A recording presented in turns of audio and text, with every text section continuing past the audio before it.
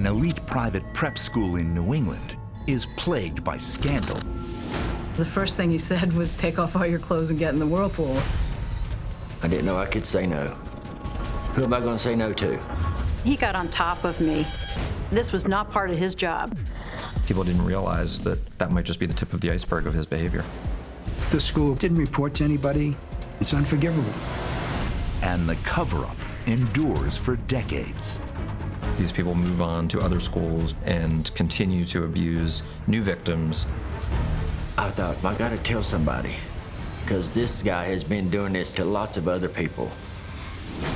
In-depth, insightful, in a class of its own.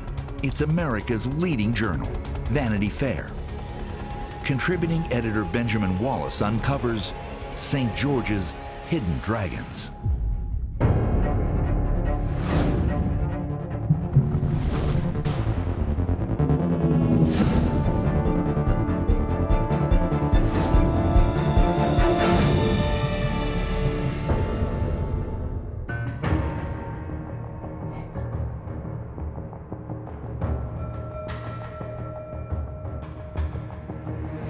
St. George's. The elite New England prep school sits on a hill in this picturesque seaside town. But beneath its proper facade, things at St. George's are not as idyllic as they seem. St. George's was started in the late 19th century to educate the sons of the Gilded Age elite. It was an Episcopalian school. There is a religious component to the education there. Over the years, the graduates would include, Bushes and Biddles and Astors and Vanderbilts. From my class alone, we have an Oscar winner. We have a New York Times best-selling novelist. It's a student body that draws from wealthy white Protestant families from mainland Philadelphia, New England, Chicago. Students would be arriving in chauffeur-driven limousines. School vacations, the limousines would pick them up and they'd be going off to Gstaad or some place like that to go skiing. It was a place where self-sufficiency was highly regarded. Boarding schools are places where you go to learn how to be an adult, and you go to learn how to be independent. Catherine Finney, a member of the class of 1979, arrives at St. George's in her junior year, after her family moves from Connecticut to Rhode Island. The experience of going to a school like that always stays with you and stays with your identity to some degree. The campus is absolutely gorgeous. You're just looking right out at the ocean. I mean, it's really idyllic. I mean, if you're gonna suffer through high school, suffer through it in a place that's as pretty as that. But in April 2015, Catherine and other alumni of the school receive a disturbing letter from the administration. The headmaster, Eric Peterson, sent out a letter to alumni saying that they were aware of past sexual abuse by at least one St. George's staff member.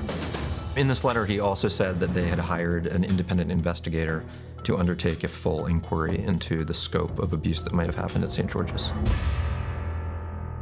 When she reads the letter, Catherine is jolted by a distant memory from her senior year at St. George's. Hadn't given it any thought in a long, long time, but came back with a vengeance.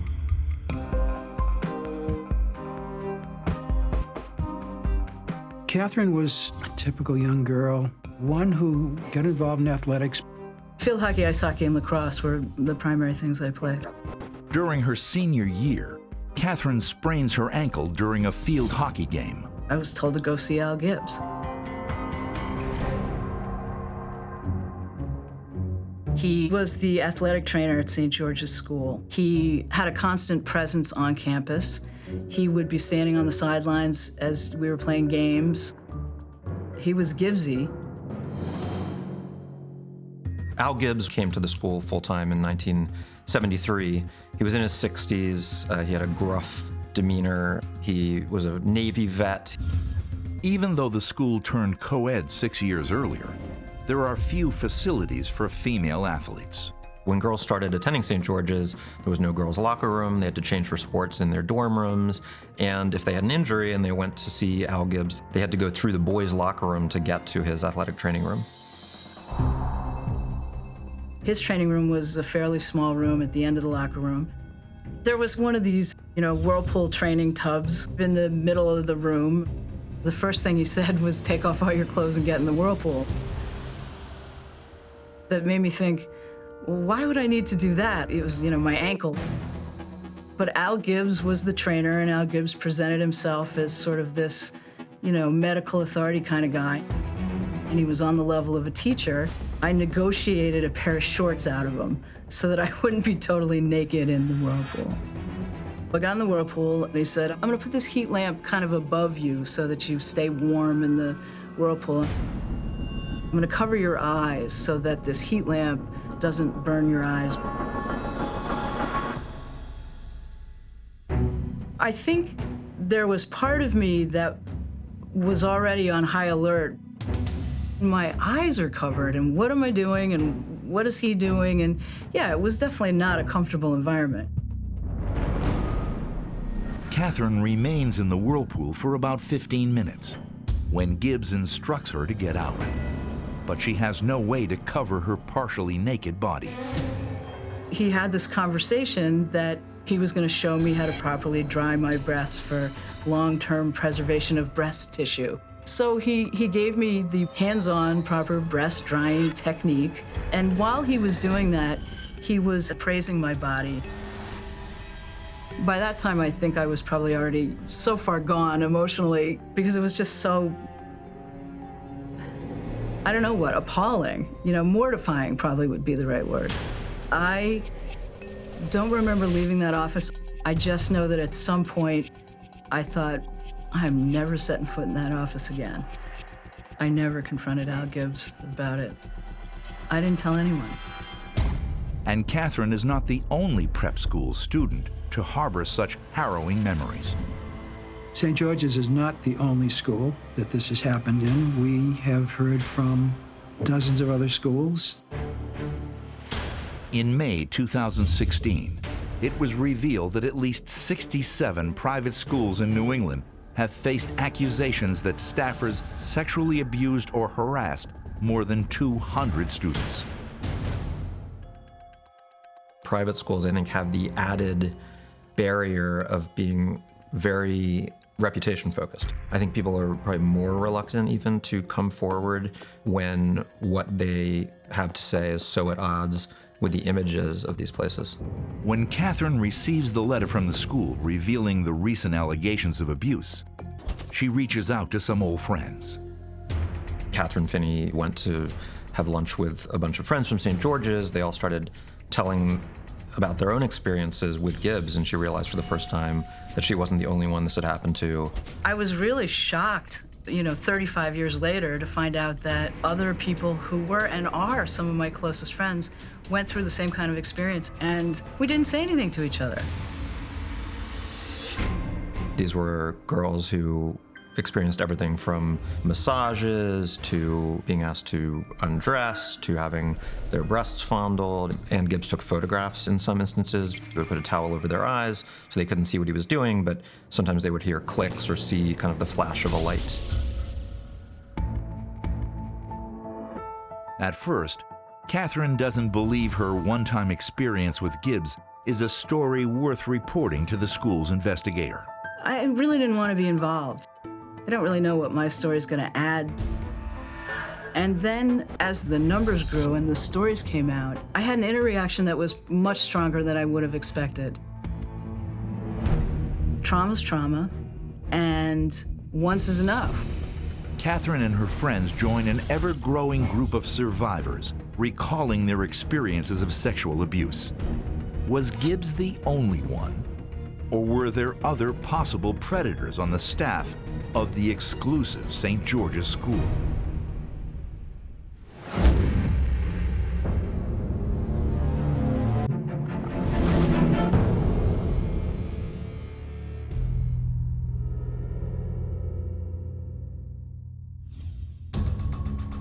Alumni of the prestigious St. George's School are stunned to learn their alma mater is investigating allegations of sexual abuse at the school.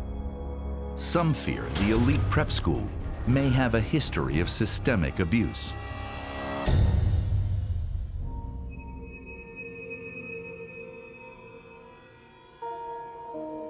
In early September, St. George's students are preparing to return to campus for the new school year. The mother of a sophomore student asks for a meeting with the headmaster. Tony Zane was the new headmaster who started in 1972. He was kind of out of central casting, wore tweed and had a Dalmatian with him at all times. The mother informs Zane that her son confessed something deeply disturbing. The boy claims the school's associate chaplain, Reverend Howard White, raped him. Howard White was known as Howdy. He came there in 1971. Prior to St. George's School, he had worked at St. Paul's School in New Hampshire. Howard White had a relationship with this student at St. George's School, and it was an advisor-mentor sort of relationship. He was not one of the well-to-do kids. He felt out of place at St. George's. Howdy White took him on a number of trips, just the two of them, outside of the campus, and we don't know exactly why he was taking him on these trips. Howard White took him to West Virginia, took him to a hotel in Boston. He took him to a campground in Canada. In each of those locations, the student says White sexually assaulted him. This boy said there were acts which constituted rape. There were multiple occasions over 2 years. The student says he was 14 years old when the abuse began. For 2 years, he told no one about White's actions. It's very uncommon for a victim to come forward and report that something's happened to them. They think nobody's going to believe them, or they think that it's their fault. Sometimes they don't tell because they're just ashamed, they're embarrassed. The student had some complicated feelings in the 70s. These were issues that no one really knew how to talk about. The student said that he did confront White, and White said, "If it stops, I'll make your life miserable. I've given a lot to you. Now I want something back." By the end of his sophomore year, the student says he couldn't take it anymore. Now 16 years old, the boy finally summons the courage to tell his parents what Reverend White has done. At that point, the parents called the school, and then the mother met with Tony Zane soon after. Zane is shocked by what he learns about the school chaplain's relationship with the boy. I think the culture between students and faculty members was that you really weren't going to speak up about much. Also, it's a very waspy culture. We're not overly emotive or expressive to begin with, particularly things of, a shameful nature or a sexual nature. Tony Zane confronted Howdy White, and he said Howdy White denied everything. At that point, Zane said he was going to get the lawyers involved, and then White admitted it. On September 12, 1974, Zane engineers Reverend White's resignation. Zane told the board that White was leaving the school for unbecoming conduct involving a male student the previous spring, but he told the student body that White was leaving for personal reasons. Tony Zane never reported this to any state authorities. Since the 1960s, we've had what we call mandatory reporting laws in this country. They say that if you think a child is being harmed, physically, emotionally, sexually, you must report to the proper authorities so that that can be investigated. Not telling the student body, not trying to find out if there were other people there that he abused, and it's unforgivable. It seems to some observers that reputation is more important to prestigious schools than justice. A 2016 Boston Globe investigation into sexual abuse at New England boarding schools found 11 cases in which employees who were accused of sexual misconduct went on to work at other schools. There's a term called passing the trash. It refers to schools or other institutions, such as the Catholic Church, getting rid of an abuser or molester without telling anyone else. So these people move on to other schools, to other churches, and continue to abuse new victims. After leaving St. George's, White became the dean at a girls' prep school in Virginia. Then he had an administrator job at a day school in North Carolina. Then, a decade after leaving St. George's School, White takes a position as rector at a church in North Carolina. There, he meets 15-year-old Forrest Parker. When I got with Dr. White, I felt safe. I finally got someone that wants to take care of me. Forrest grew up in abject poverty. He grew up in an area outside of Waynesville called Pig Holler, I understand. That's what people locally called it. Forrest's mother fought cancer, and his stepfather was an abusive alcoholic. Starting at age 3, Forrest and his 2 brothers are frequently in the custody of social services. We were always with like foster families and stuff. Sometimes we would go back and stay with Mama, but not for long, because Mama was always sick and always in a nursing home or at a hospital. When Forrest was 15, and he was living at a place called Crossnor School. It was a residential facility, but in the summer it would shut down. There was nowhere for him to go. It was agreed that he was to spend the summer with Howard White. Mr. White was approved as a foster parent, and he was trusted by many. Forrest and White live alone in the rectory. Reverend White dotes on the teen, and Forrest enjoys the attention. He bought me suits. He bought me a nice bicycle. I had never had none of that. He had went and bought a brand new car. I had never been in a new car before, and I smelled the new car, and I thought, this is pretty cool. 2 weeks after the start of summer break, White takes Forrest on a trip to Washington, D.C. Reverend White said that he had some business trips planned for the D.C. and Maryland area, and he actually told the Department of Social Services that he was planning to take Forrest with him. Going to the Smithsonian, and I remember seeing the airplane hanging from the ceiling, and we had a nice motel. Had a motel with a swimming pool in it. Never been to a motel with a swimming pool in it.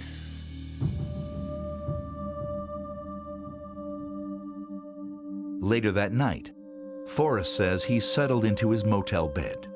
Dr. White, I remember he got into bed with me, and I turned away from him because I'm gonna try to go to sleep. And then you could feel him get up against you, like on your back. And then he had intercourse with me, and I didn't say nothing. I think I just tried to lay there and act like I was asleep, but I wasn't asleep. And then the next morning, he just got up and acted like nothing was different. And I knew it wasn't right, and it hurt, but what am I gonna do? I'm in Washington, and I get to see all these nice things. Forrest says he never told anyone what happened that night. Hell, nobody don't like me nohow. Nobody don't want me.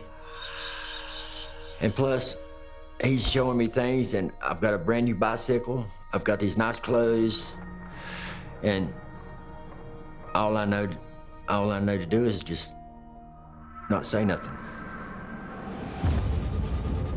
A few days later, White and Forrest return to the rectory. Then, on the 4th of July, the 15-year-old attends a party with some friends. Everyone was going to get together to watch the fireworks, and everybody was already drinking beer. He managed to drink enough that he described it as getting a buzz.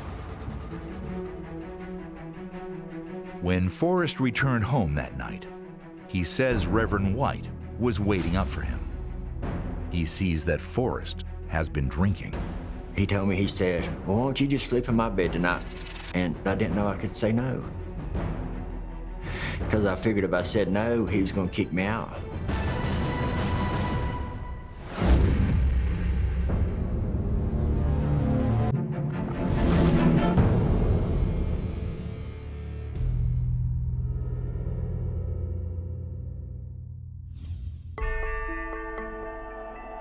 "15-year-old Forrest Parker lives in a church rectory with his temporary guardian, Reverend Howard White.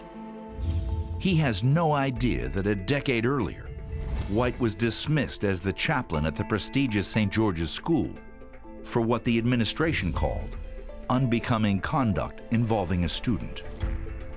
Forrest Parker says that White sexually assaulted him on a trip to Washington, D.C., just 2 weeks after he moved into the rectory. If there is a God, and I don't know if there is or isn't, but if there is, Dr. White's in trouble. Because he ain't going to heaven. You can't do what he did and go to heaven. But I didn't tell nobody. I didn't want to give up what I had there because I didn't have nowhere else to go. 3 weeks later, Forrest returns home from a 4th of July party after drinking a few beers. White could tell that he'd been drinking. He said, "Why don't you go sleep it off in my room?" I went up there and I was thinking, maybe he won't mess with you. I tried the same thing that I did the other times. I've turned him away from me, so he would be facing my back. But then he had intercourse with me. And then I thought to myself, this ain't gonna stop. You gotta do something. Damn, you'll turn 16 in 2 days. 2 days, you can get the hell out of here. And that's what I did. When he was 16, he could no longer be forced to live where he didn't want to live. So when his birthday came around, he left.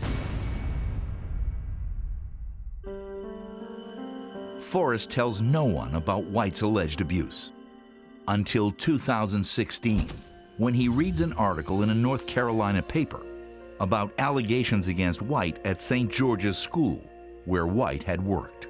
Hell, I didn't even want to talk about it. I didn't even want to think about it. But when I saw what I saw in the paper, I thought, damn, I gotta tell somebody. Because this guy has been doing this not just to me, but to lots of other people. In March 2016, Forrest reports Dr. White's alleged abuse to North Carolina authorities. We're very fortunate in North Carolina that there is no criminal statute of limitations for felony sexual abuse. The matter is still under investigation, and I am very, very hopeful that charges will be filed.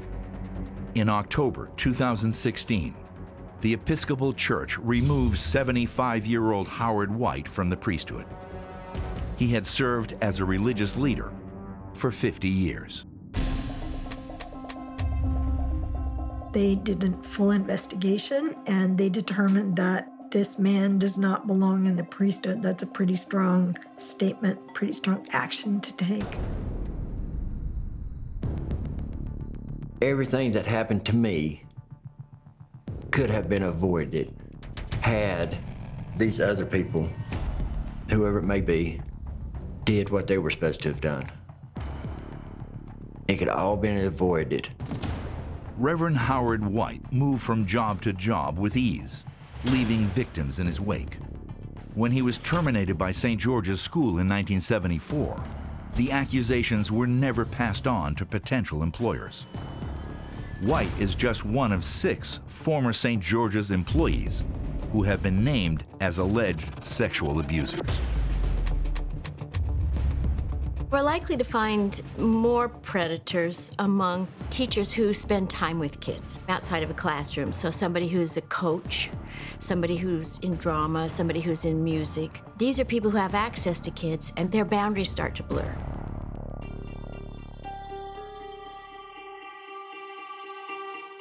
Franklin Coleman was a charismatic figure at St. George's. He arrived in 1980. He was the choir master. He taught music theory and history. When I arrived at the school in the fall of 1983, Franklin Coleman was assigned as my advisor. Bryce Traister soon learns that Coleman has cultivated a unique social clique at the school. My first kind of introduction to the social milieu that Franklin Coleman organized around himself was when I received a handwritten invitation to attend one of his parties. I showed it to one of the student leaders on my dorm floor, and he said to me, "Oh, you've been chosen." He kind of created an exclusive club called the Colemanites, and they would, go to his apartment. The boys all wore black tie, and they listened to classical music and jazz. I felt like he was actually listening to my opinions. The idea that you were kind of worthy of notice, I think, is something that many of us responded to. But then there were an even smaller group of students who Franklin Coleman seemed to have a sexual interest in. He would try to approach them in different ways, and the extent to which they didn't resist would determine whether or not he would try something additional. He was a skillful perpetrator. Franklin Coleman, he was giving some kids vodka. Sometimes he'd answer the door in his underwear. He would give students massages or have them give him massages. He groped some students. He showed gay porn to at least one student. He never laid a finger on me, but it did not seem like an impossibility to me that it might have happened with somebody else. The very culture that he constructed, that he choreographed, should have been setting alarm bells off, and it would set off an alarm bell today. Franklin Coleman's invitation-only social club continues for 8 years, until 1988, when one student comes forward. The student tells the school counselor that Coleman had slept in the same bed with him on trips, shown him pornography, and once gave him a massage while the student was naked. The school counselor went to George Andrews, who was Zane's successor as headmaster. Andrews confronted Franklin Coleman, and he said Coleman denied nothing. Andrews fired Coleman, but it was presented as a resignation. Coleman was given $10,000 in return for which he agreed not to sue the school. And the school was told by Andrews that Coleman had left because of emotional stress and pressure. Franklin Coleman has never publicly spoken about or denied the allegations. Again, the school didn't report to anybody. They didn't go to social services to talk about him. Part of a pattern at St. George's, After leaving St. George's, Coleman worked with school choirs in Philadelphia. Then he worked at a friend's school in Delaware, and eventually he wound up at a prep school in Tampa. Coleman now lives in New Jersey. Sexual abuse at cloistered institutions like St. George's is rarely exposed. It leaves a legacy of victims haunted by their childhood experiences.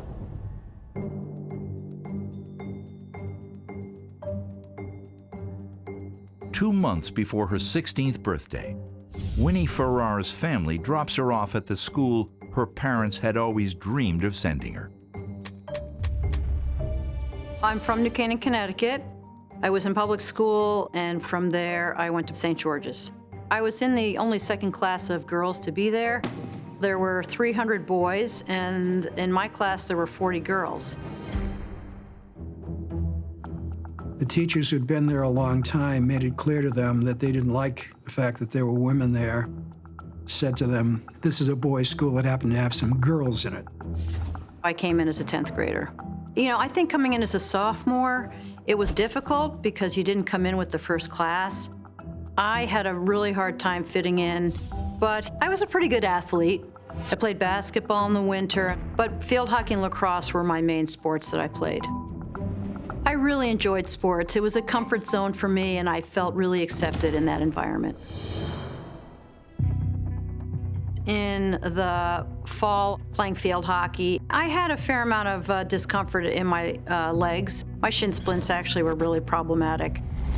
She's on a winning team, and the coach is determined to keep one of the star players on the field.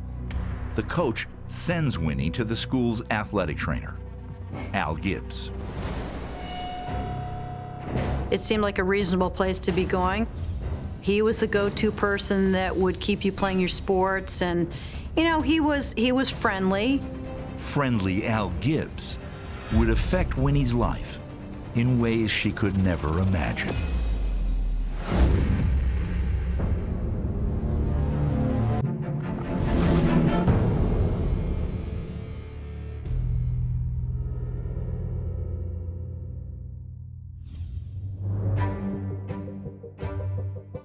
The year is 1974, and 15-year-old Winnie Ferrar is a star athlete at the elite St. George's School. Her field hockey coach sends her to see the school's athletic trainer, Al Gibbs, to treat her chronic shin splints. People thought he was kind of a charming or slightly odd old man who was a little touchy-feely, but people didn't realize that that might just be the tip of the iceberg of his behavior. Gibbs massages Winnie's lower legs and teaches her stretches to help relieve the pain in her shins. It didn't seem anything that was out of the ordinary for me. It wasn't really until, I would say, the end of the winter basketball season that things started to get really uncomfortable for me in working with him. One afternoon, Gibbs takes Winnie's physical therapy in an unexpected direction. He'd said, why don't you get in this whirlpool, just take your clothes off. He was the athletic trainer.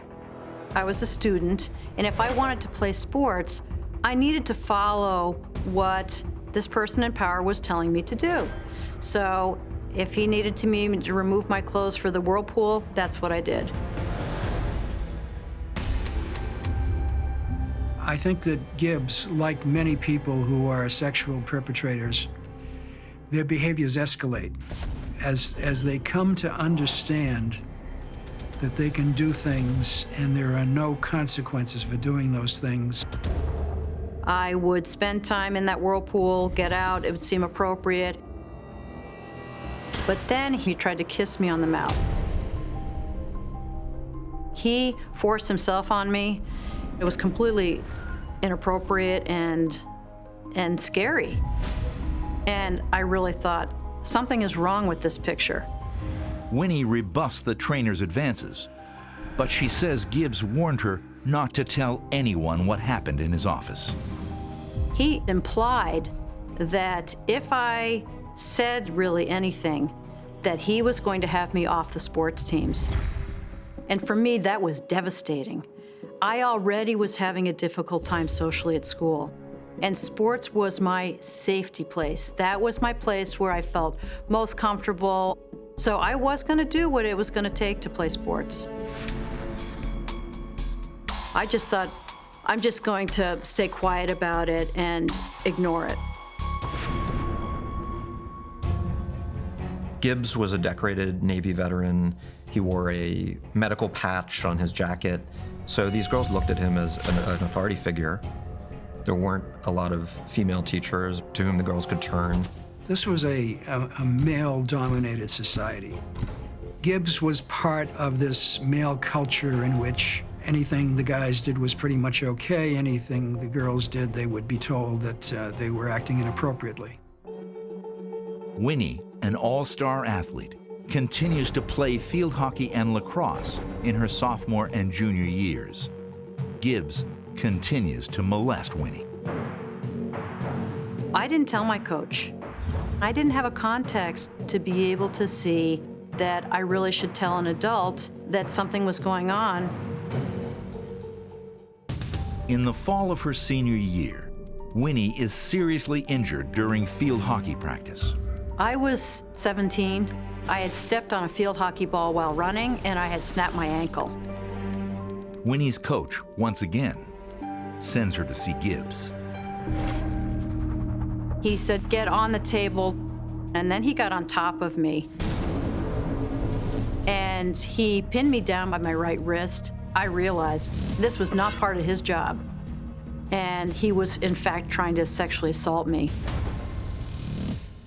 He was very strong, and he was really holding me by my wrist. I just wanted to get out of there, so I had a lot of adrenaline. I had my left hand free, so I was able to push him off of me, and I just left. At that point, I was so traumatized that I felt like I just needed to forget about it, and I never went back. After the attempted assault, Winnie continues playing sports, but even when injured, she refuses to see Al Gibbs. I actually just played with injuries. I didn't really care what my coaches told me. Winnie graduates from St. George's School in 1977. She never tells anyone about Al Gibbs.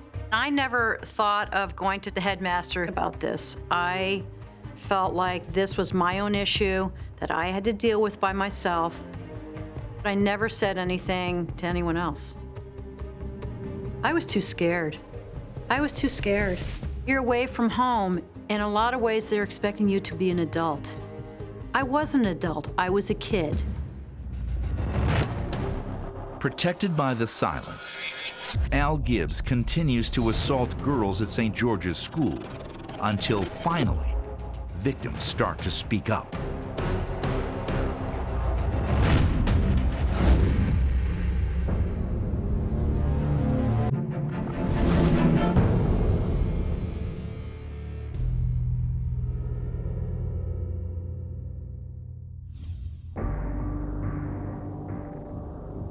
Former students of the prestigious St. George's School finally reveal the dark secrets they had kept for decades. Catherine Finney, class of 1979, and Winnie Ferrar, who graduated 2 years earlier, both say that Al Gibbs, the school's athletic trainer, repeatedly sexually abused them in his training room. His secret serial abuse of young athletes started in 1973 and lasted 7 years.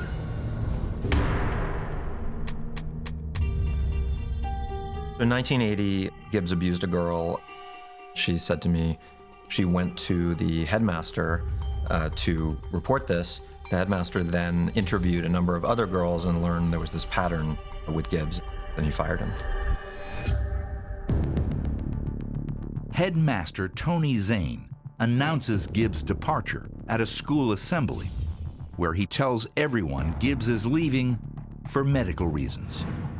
Amazingly, despite the circumstances of his departure from St. George's, Gibbs received an annual stipend from, I think, the year of his departure up until 1989 of about $1,200. Zane also wrote a recommendation for him. He certainly didn't report Gibbs to the police. He didn't report him to any social service agencies. And more importantly, he didn't give the girls the opportunity to understand that what happened to them was abuse and to try to deal with it then. Instead, what we've got is a bunch of women in their 50s who are just starting to deal with it now.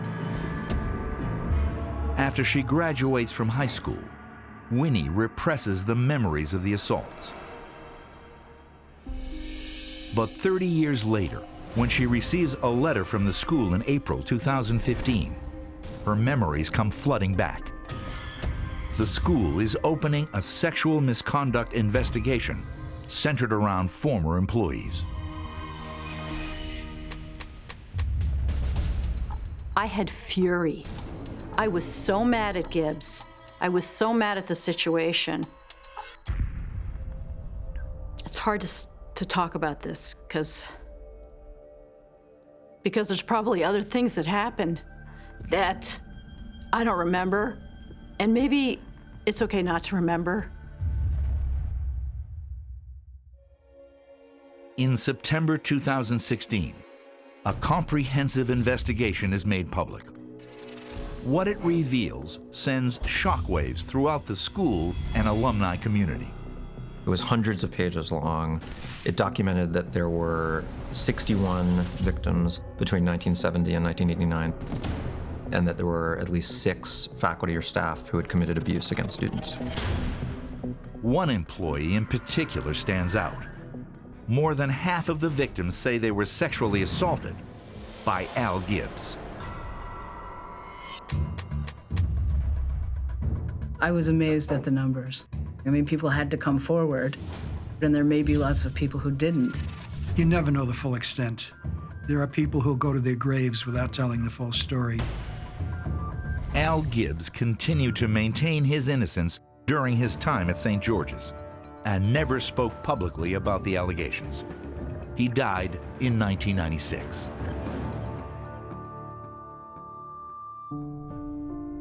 Today, many abuse survivors and other alumni have mixed feelings about their time at St. George's School.